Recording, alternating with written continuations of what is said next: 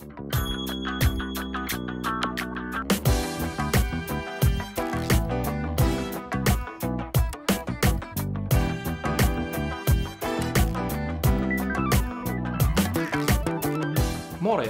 Katsotaan tässä videossa vähän läpi erilaisia ulkoisia mikrofoneja, eli esimerkiksi tämmöisiä haulikkomikrofoneja ja sitten tällaisia kameran päälle asennettavia mikrofoneja sekä sitten lisäksi pikkusen nappimikrofoneja ja erilaisia äänentallentimia. Eli onko näissä semmoinen vaikutus äänenlaatuun, että näitä kannattaa käyttää verrattuna sitten, että käyttäisi kameran omaa mikrofonia. Testaillaan pikkusen näitä erilaisia mikrofoneja sillä lailla, että mä luen tästä kirjasta Stephen Kingin tämmönen oma elämänkerta, niin mä luen tästä aina saman kappaleen jokaisella mikrofonilla ja sitten kuunnellaan vähän, että miltä ne eri mikrofonit kuulostaa. Hyvä kirja muuten.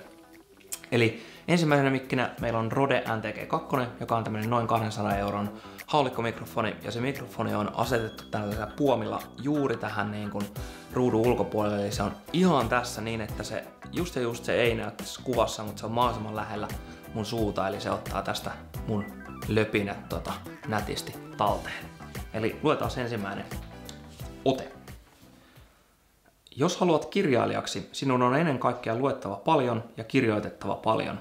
Sikäli kuin tiedän, näitä kahta ei voi mitenkään kiertää eikä niiden läpi oikaista.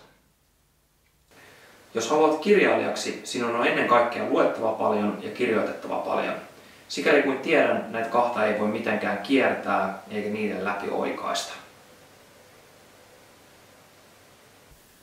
Jos haluat kirjailijaksi, sinun on ennen kaikkea luettava paljon ja kirjoitettava paljon. Sikäli kuin tiedän, näitä kahta ei voi mitenkään kiertää eikä niiden läpi oikaista. Jos haluat kirjailijaksi, sinun on ennen kaikkea luettava paljon ja kirjoitettava paljon. Sikäli kuin tiedän, näitä kahta ei voi mitenkään kiertää eikä niiden läpi oikaista. Jos haluat kirjailijaksi, sinun on ennen kaikkea luettava paljon ja kirjoitettava paljon.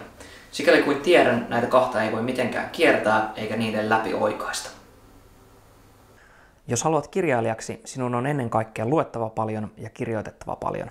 Sikäli kuin tiedän, näitä kahta ei voi mitenkään kiertää eikä niiden läpi oikaista. Jos haluat kirjailijaksi, sinun on ennen kaikkea luettava paljon ja kirjoitettava paljon. Sikäli kuin tiedän, näitä kahta ei voi mitenkään kiertää eikä niiden läpi oikaista. Jos haluat kirjailijaksi, sinun on ennen kaikkea luettava paljon ja kirjoitettava paljon.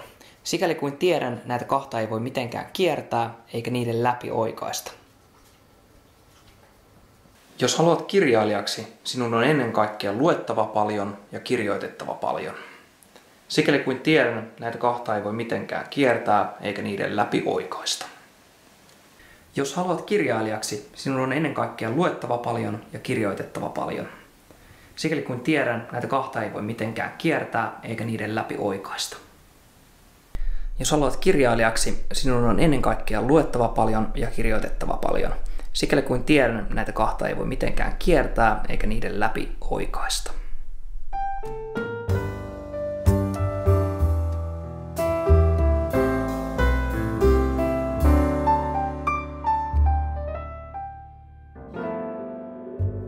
No mikä näistä kaikista on sitten se paras vaihtoehto?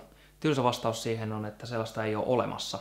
Eli se aina riippuu siitä, että mikä on se sun käyttötarkoitus. Eli esimerkiksi jos sä kuvaat paljon videoblogeja tälleen Casey Neistat tyylisesti, niin tällainen videomikki voi olla sulle paras vaihtoehto. Tää kyseinen malli maksaa 50 €, ei ole todellakaan niin kuin parhaimmasta päästä, mutta tämmönen ihan ok.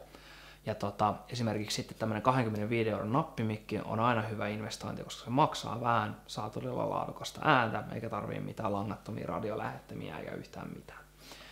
Eli ainakin hyvä, halpa nappimikki sekä tämmönen videomikki on hyvä investointi. Ja sanoisin, että jos kameravehkeessä johonkin investoi, niin ensiksi kannattaa investoida nimenomaan ääneen, eikä niinkään esimerkiksi vaikka kuvausvaloihin tai ammattimaisempaa kameraa, vaan aina ensin ääneen. Jees, tää video oli tässä. Katsotaan ensi kerralla jotain muuta hyödyllistä liittyen videotuotantoon.